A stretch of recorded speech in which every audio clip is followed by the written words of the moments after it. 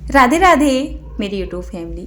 तो चलिए आज मैं आपके लिए लेकर आई हूँ बच्चों के लंच बॉक्स की एक आसान सी रेसिपी। खासकर सुबह का टाइम हम सभी का ऐसा होता है कि बहुत ही बिजी होता है मानो, मतलब घर में बहुत सारे काम होते हैं। ऊपर से बच्चों का नाश्ता बनाना, बच्चों का स्कूल टिफ़िन बनाना तो बहुत भारी सा पड़ जाता है।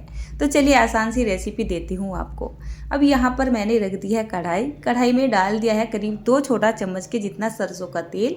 तेल जैसे ही गर्म होता है यहाँ पर डाल देंगे 1 छोटा चम्मच के जितना जीरा और 3/4 चम्मच के जितनी सरसों। और जब ये सरसों जीरा अच्छे से चटक जाएगा हम यहाँ पर कटे हुए आलू डाल देंगे। तो 500 ग्राम के जितने मैंने लगभग में आलू काट लिए हैं। मैंने नहीं काटे हैं, ये मेरे बच्चों ने काट के तैयार कर रखे थे।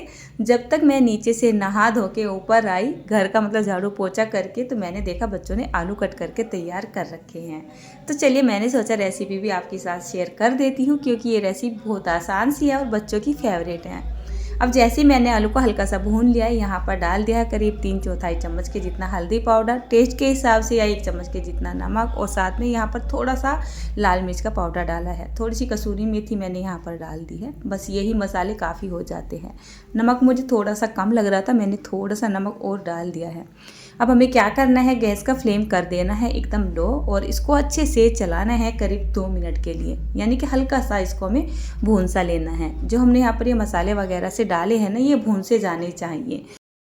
तो चलिए ये मसाले अच्छे से मिक्स करने के बाद इसमें थोड़ा सा पानी डाल देते हैं। बहुत ज़्यादा नहीं, मतलब थोड़ा सा ही पानी डालेंगे। ओनली आलू ही आलू हैं तो इनको पकने में थोड़ा सा ना टाइम लगता है। मॉइस्चर जल्दी से बनने लगता है तो पकने में टाइम नहीं लगता है। तो इसी वजह से मैंने करीब यहाँ पर 1 टेबल स्पून के जितना ही पानी डाला है और अच्छे से मिक्स करके इसको क्या किया है, कवर कर दिया है। इसको पकने देते हैं 10 से 15 मिनट के लिए, या जब तक मैं आटा वाटा लगाऊंगी बाकी का काम करूंगी, ये सब्जी बनके तैयार हो जाएगी। और इसको देखें यहाँ पर इसको बहुत सर्दी लगने लगी है। बच्चों को इतना ज़्यादा कुछ काम तो होता नहीं है। स्कूल के लिए जैसे तैयार होके ये घूम रहा था जैकेट वगैरह पहन के, तो इसके ना हाथ ठंडे हो रहे थे। दरअसल ये ऊपर छत पे जाते हैं, सूर्य देवता को पानी वगैरह देने के लिए जाते हैं ना, जैसे जल देने के लिए जाते हैं।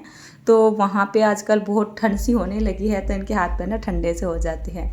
अभी इसे दिखाई दिया है, यहाँ पर प्रसाद भी रखा हुआ है। और आज मुझे भी टाइम नहीं मिला है प्रसाद खाने का, नहीं तो आते के साथ ही सबसे पहले मैं यहाँ पर प्रसाद ही खाती हूँ। तो यहाँ पर मैं लेकर आ गई हूँ अपना सिंपली गेहूँ का आटा। कुछ कमेंट्स मुझे आए थे, तुम्हारी आटे की छलनी बहुत गंदी हो रही है। ये आटे की छलनी है और आटे के डब्बे में ही पड़ी रहती है, तो ये गंदी नहीं होती है। इससे केवल आटा ही छाना जाता है। जब गंदी सी लगती है मुझे तो मैं इसको धो देती हूँ, बट रोज़ रोज़ मैं आटे की छलनी को नहीं धोती हूँ। अब हल्का सा पानी मैंने गुनगुना सा कर लिया है, क्योंकि टेम्परेचर ठंडा हो चुका है और ठंडे पानी में आटा अच्छे से बनता नहीं है। नहीं तो फिर क्या होता है ना, ऐठा ऐठा सा हो जाता है, मतलब ठीक होना शुरू हो जाता है। तो अब जैसे कि सर्दियाँ शुरू हो चुकी है, तो सर्दियों में आटे को हल्का सा पानी गुनगुना करने के बाद ही लगाती हूँ। इससे हमारा आटा बहुत ही अच्छे से तैयार हो जाता है। तो यहाँ पर हम थोड़ा थोड़ा करके पानी डालेंगे इसमें और एकदम सॉफ्ट सा आटा बना के तैयार कर लेंगे। सर्दियों में मैं बिल्कुल भी आटा दोबारा लगाने की कोशिश नहीं करती हूँ, मतलब कोशिश ये करती हूँ कि आटा एक ही बार में परफेक्ट लगा के तैयार कर लूँ। इसी वजह से इसको 5 से 7 मिनट का टाइम देती हूँ। इसी तरीके से मैं थोड़ा सा आटे को गूंथती रहती हूँ मुट्ठियों से। मैं यहाँ पर नमक डालना भूल गई थी, तो मैंने यहाँ पर 1 चम्मच के जितना इसमें नमक डाल लिया है और आटे को 5 से 6-7 मिनट के लिए अच्छे से गूंथ लिया है। तो बिल्कुल सॉफ्ट और मखमली टेक्सचर का हमारा आटा तैयार है। परात के अंदर सूखा आटा डाल लेते हैं पलोथन के लिए और फटाफट से आगे का नाश्ता तैयार करते हैं। एक साइड में यासिका ने दूध गर्म कर दिया है, क्योंकि मैं लग रही हूँ यहाँ पर उनका लंच बॉक्स तैयार करने के लिए, बाकी मतलब जो भी कुछ बना रही हूँ, और उधर वो चाय दूध बनाने की तैयारी कर रही है। अब फाइनली मेरे पास ना घी ख़त्म हो चुका है, मतलब घी की बहुत तगड़ी शॉर्टेज आ चुकी है मेरे घर में खासकर। और घी के अलावा ना तो बाज़ार के घी के पराठे खाए जाते हैं घर में, ना देसी तेल के पराठे खाए जाते हैं, मतलब ऑयल के पराठे तो बिल्कुल भी नहीं खाए जाते। बाई चांस चाहे मैं कभी बना लूँ, बट बनाती नहीं हूँ। तो जो थोड़ा बहुत घी था वो मैंने एक बाउल में निकाल लिया है और थोड़ा सा इसको गर्म कर लिया है। अब देखिए सिंपल वे में ये जो पराठे हैं मैं किस तरीके से बनाती हूँ। जैसे मैंने एक लोई ली है, ये तो छोटी छोटी से साइज़ की लोई लेनी है। अर्नव बोलता है इनको पन्नी वाले पराठे, मतलब ये इतने ज़्यादा सॉफ्ट और बिल्कुल पतले पतले से होते हैं, तो इसको बहुत ही ज़्यादा पसंद आते हैं। और जैसे मैंने ये लोई सी ली, इसको थोड़ा सा मैंने बड़ा कर लिया, इसमें थोड़ा सा घी या फिर तेल हमने रख लिया और इसको इस तरीके से फोल्ड कर लिया। तो यहाँ पर मैं 5-4 लोइयाँ बना के तैयार करके रख लेती हूँ। ये लोइयाँ पहले बना के रख लेते हैं तो पराठे ज़्यादा फूले फूले बनते हैं और बहुत ही ज़्यादा मुलायम से बनते हैं, जो कि बच्चों को बहुत ज़्यादा पसंद आते हैं। भाई मेरे बच्चों को तो आते हैं। तो स्टार्टिंग में मैं 3-4 लोइयाँ बना के तैयार कर लेती हूँ, फिर जितना मुझे टाइम मिलता जाएगा मैं बीच बीच में बनाती जाऊँगी। ये देखिए इस तरीके से बस इनको अच्छे से कवर कर देना है। तो यहाँ पर ये मैंने 4 लोइयाँ बना के तैयार कर ली हैं। सब्जी को पकते पकते हो गए हैं कम से कम 17 से 18 मिनट, और जो सब्जी है ना वो हमारी बनके बिल्कुल तैयार हो चुकी है। देखिए अच्छा, जो सूखी सब्जी होती है हल्की हल्की सी अगर नीचे से लग जाए तो इसका ना टेस्ट ही बढ़ जाता है, एक भुना हुआ फ्लेवर और आ जाता है। बोला जाता है ना भुने आलू, तो उसी तरीके का टेस्ट होता है इस सब्ज़ी में। हल्का सा मैंने इसको मैसी सा कर दिया है, क्योंकि बच्चे ना खड़ी खड़ी सी सब्ज़ी खाना पसंद नहीं करते हैं। ये देखिए, तो जो हमारी ये आलू की एकदम सिंपल सी सब्ज़ी बनकर हो चुकी है तैयार। हम इनको आलू की सूखी सब्ज़ी बोलते हैं, आप क्या बोलते हैं कमेंट करके बताइएगा। अपना चकला और जो अपना तवा है वो मैं धो मांज के लेके आ गई हूँ। आप सभी बोलते हो ना दीदी आपका तवा इतना साफ़ कैसे रहता है, तो तवे को मैं तीनों टाइम मांज धोने के बाद ही चूल्हे पे चढ़ाती हूँ। मतलब रोटी बनाने से पहले अक्सर मैं इसको धो लेती हूँ, भले ही मैंने इसको मांज के ना टोकरे में रखा हुआ है, फिर भी मैं इसको दोबारा धो के रखती हूँ। अब यहाँ पर हम ये रोटी ऐसी बनानी शुरू कर देते हैं। सिंपल इस पर थोड़ा सा सूखा आटा लगाकर और उसको इस तरीके से बेल लेते हैं और इस तरीके से लास्ट में आके थपथपा लेंगे। लास्ट में आके ज़रूर से थपथपाना चाहिए बेलन से बेली गई रोटी को। पता है क्यों? क्योंकि इस पर सूखा आटा लग जाता है। अगर हम थपथपा लेते हैं तो सूखा आटा झड़ जाता है, नहीं तो तवे पे जाने के बाद वो जल जाता है और रोटी या पराठे में कड़वाहटपन आ जाता है। जैसे मैंने मीडियम से गर्म तवे पर ये पराठा डाल दिया है और आप देख सकते हो ये शुरू का ही पराठा है और ये भी एकदम ना गुब्बारे की तरह आपको फूलता हुआ नज़र आ रहा है। जबकि जो शुरू का पराठा या फिर रोटी वगैरह होती है या कचौड़ी वगैरह होती है वो अच्छे से फूलती नहीं है, ऐसे हार्ड हार्ड सी बन जाती है। हो तो मुझसे भी जाता है कभी कभी, पर और ज़्यादातर तो मेरे रोटी पराठे सही बनते हैं, मैं आपको बता दूं। तो देखिए इस तरीके से, और अक्सर मैं पराठे वगैरह बनाने के लिए इस तरीके का फ्लैट जो स्पैचुला या कोंचा वगैरह होता है ना उसका इस्तेमाल करती हूँ। इस तरीके से पराठे ना हमारे अच्छे बन जाते हैं।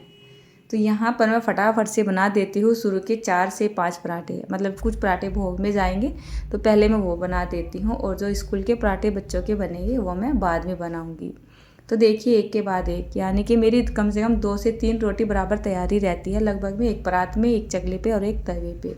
तो फटाफट से मेरा काम हो जाता है। तो जितना मुझे टाइम मिलता जा रहा है मैं साथ साथ में ना ये पेड़े भी बनाती जा रही हूँ। जब मैं इस तरीके से रोटी या पराठे वगैरह बनाती हूँ तो मेरा काफ़ी टाइम भी बच जाता है और काम करने मुझे थोड़ी आसानी से भी हो जाती है और मेरा काम जल्दी से भी हो जाता है। सही बात तो ये है। तो देखिए हर पराठा ना इसी तरीके से आपको फूला फूला नज़र आएगा। अगर हम पेड़े पहले से बना के रख लेते हैं तो पराठों में एक सॉफ्टनेस आ जाती है, फूलने के 90% चांस बढ़ जाते हैं। अगर बाई चांस आपके पराठे या रोटी वगैरह फूलती नहीं है ना तो आप पहले से ही पेड़ियाँ वगैरह बना के रख लो, तो गारंटी मेरी है कि फूले ही फूलेगी एकदम गुब्बारे के जैसी, मानो ऐसा लगता है जैसे फट जाएगी एकदम से। तो अभी मैं साथ के साथ सेक के रख रही हूँ भोग वाली प्लेट में और इसके बाद बनाऊंगी बच्चों के लंच के लिए। तो यहाँ पर ये मेरा तीसरा चौथा पराठा जो है ना मतलब कि सिक के तैयार हो चुका है। देखिए जब हम इस तरीके से हल्का हल्का सा इसको दबाते रहते हैं, टाइट करके नहीं, मतलब बहुत ही हल्का हल्का सा इसको दबाते रहते हैं तो ये ना फूलते चले जाते हैं। तो फाइनली यहाँ पर मैंने भोग में पराठे भेजने के बाद बच्चों के लिए ये 4 पराठे स्कूल के लंच के लिए भी बना लिए थे। तो चलिए मेरा लंच लगभग में बनके तैयार हो चुका है और इधर बच्चे बैठे हुए कर रहे हैं अपना नाश्ता। तो ये सब्ज़ी इनको इतनी अच्छी लगती है कि ये स्कूल में भी खूब टिफ़िन भर भर के लेके जाते हैं और यहाँ पर भी इसी सब्ज़ी से जो है रोटियाँ खाते हैं। तो सुबह को मैं कम से कम 1-1, 2-2 पराठा या चपाती जो भी कुछ बनाती हूँ तो मैं इनको पेट भर के खिला देती हूँ। कहा जाता है ना सुबह का जो नाश्ता है ना वो आप हैवी करो और अच्छे से पेट भर के करो, और जो दोपहर का है वो थोड़ा लाइट करो और शाम का और भी लाइट करो। हमारे घर का कुछ हाल ऐसा है, सुबह को भी पेट भर के खाते हैं, दोपहर को पेट भर के खाते हैं और शाम में भी पेट भर के खाते हैं। बट हाँ मैं इतना कर लेती हूँ, अगर कोई मुझे हैवी नाश्ता बनाना है, मान लेते हैं पराठे ही है या कोई मुझे पकौड़ी या फिर मुझे कोई भजिया वगैरह बनानी है तो वो मैं सुबह के टाइम में बनाती हूँ। दोपहर के टाइम में खाना थोड़ा लाइट कर देती हूँ, शाम के टाइम में थोड़ा सा और भी हल्का सा कर देती हूँ। बस मैं इतना कर लेती हूँ, बाकी पेट भरे बिना हमसे नहीं रहा जाता, हम पेट भर के खाना खाते हैं, कोई कुछ भी बोलता रहे। तो फाइनली यहाँ पर मैंने बच्चों का लंच कर दिया है तैयार, यानी कि इनके जो लंच बॉक्स है उनमें सब्ज़ी वगैरह डाल दी है। जल्दबाजी में आज मैं यहाँ पर बटर पेपर में ये पराठे रखना भूल गई थी। अच्छा है कि बेटी को याद थी। बटर पेपर में ही रखने चाहिए बच्चों का लंच या पराठा या फिर रोटी वगैरह, नहीं तो क्या होता है ना, इनमें एक नमी सी आ जाती है, मतलब ऐसे ही हो जाते हैं ना पानी पानी से वाले, फिर खाने में ना अच्छे नहीं लगते हैं, खासकर स्कूल में। तो फाइनली मैंने बच्चों का लंच पैक कर ही दिया है। आज बच्चे बोल लेते हैं ना कि मम्मी ये वाली सब्ज़ी तो हम छोटे डब्बे में नहीं लेके जाएंगे, तो इसी वजह से जो पीले ढक्कन के मेरे पास ये लंच बॉक्स है इनमें लेके जा रहे हैं। इन्हें बहुत अच्छी लगती है ये सब्ज़ी, और इसको तो ये खुद भी बना लेते हैं। मतलब मेरे आने से पहले कितनी बार तो ये, जैसे मैं सुबह को काम करती हूँ ना नीचे, तो ये देखते हैं मम्मी को थोड़ा लेट हो रहे हैं तो दोनों बहन भाई ये बना लेते हैं, फिर मैं आके इनकी रोटी या फिर पराठे वगैरह बना देती हूँ। तो चलिए, अब मुझे थोड़ा सा ना सांस मिला है। जब सुबह ही सुबह इतनी भागदौड़ होती है और ख़ासकर बच्चे स्कूल वगैरह जाते हैं, तब हमारे हाथ पैर ना एक तरीके से फूले से ही रहते हैं, मतलब भागा दौड़े घूमते रहते हैं। तो फाइनली बच्चों का लंच वगैरह पैक करके पानी की बोतल उनके हाथ में थमा दी है, और लास्ट टाइम बच्चों बस अब स्कूल में चल ही दिए हैं। तो राधे राधे दोस्तों, मुझे ऐसा लगता है आज की ये बच्चों के लंच बॉक्स की रेसिपी आपको पसंद आई हो तो आप मुझे कमेंट करके ज़रूर से बताना, और इस तरीके का लंच किस किस के घर में बनता है ये भी आप ज़रूर बताना।